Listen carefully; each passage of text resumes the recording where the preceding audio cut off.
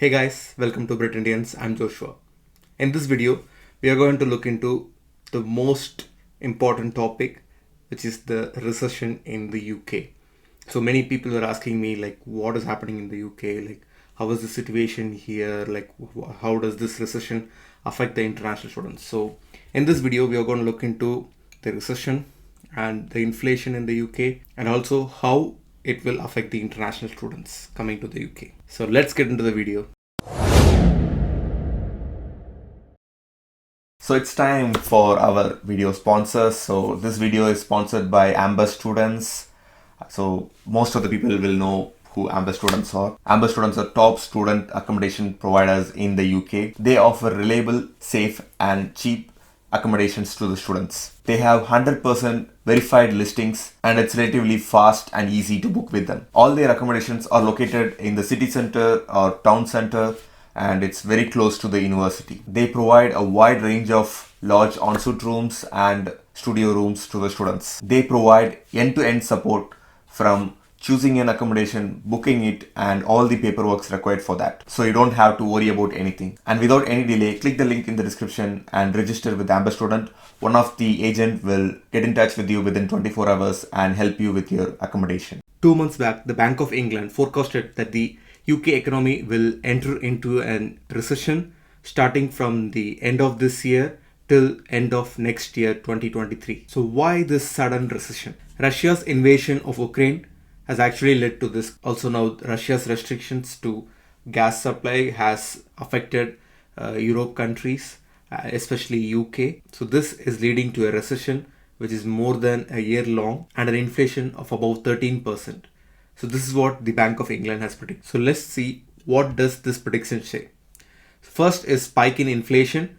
So the Bank of England has forecasted inflation will peak about 13%, the highest level since the early 1980s. They project a lengthy recession starting in the final quarter of the year.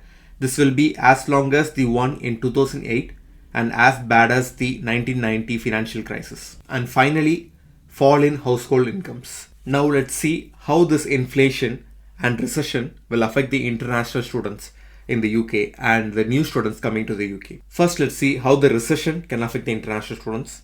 So the economics predict that the UK unemployment rate will increase by 2.3% to 6% by 2025. So this does not look good for the UK economy. Some of the companies in the UK are entering into a hiring freeze, which can affect the students who recently graduated and are searching for jobs. This does not mean that there are no jobs. It just says that they don't want to hire anyone until they know how hard the recession in the final quarter of 2022 will hit their business. So they want to wait till December and see how this recession is going to affect their business, and after that they will restart the hiring process.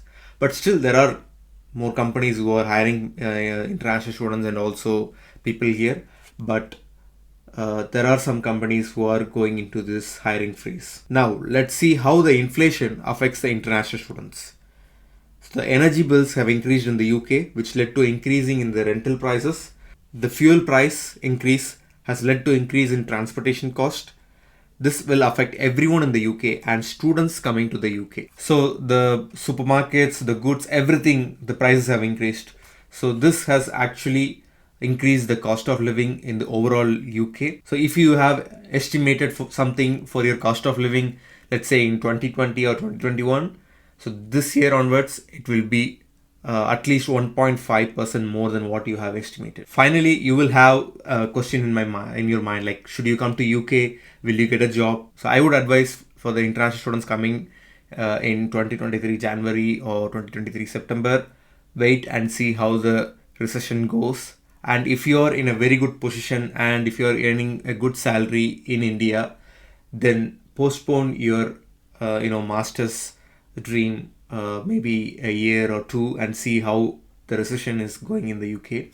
And for people who don't have a job or just want to do a master's in the UK, if you're coming to the UK and you just planned, okay, I'm not going to hear any negativity, I just want positivity and I want to come to the UK, then you can come. But this is the hard reality, what is happening in the UK. Right now the companies are in hiring freeze. We don't know how many months they will be there. Still there are more companies who are actually recruiting people, but we don't know how far they will go to recruit an international student by sponsoring them a tier 2 visa. So there are things like this. There are some uncertainties which is happening in the UK right now. So even after seeing this, if you're coming to UK, it's your choice, guys. I'm not saying you shouldn't come. I'm not saying you should come. Sit and think, like, whether this masters is okay for you. Like, what are you doing right now? How much are you earning? Like, oh, if you go to work, how much will you earn in India? How much can you save in India? And compare that with the cost of living and everything, and the salary, the taxes in UK. Because when people say that they are getting 35,000 pounds or 40,000 pounds, they don't actually get the 40 lakhs or 30 lakhs in their hand.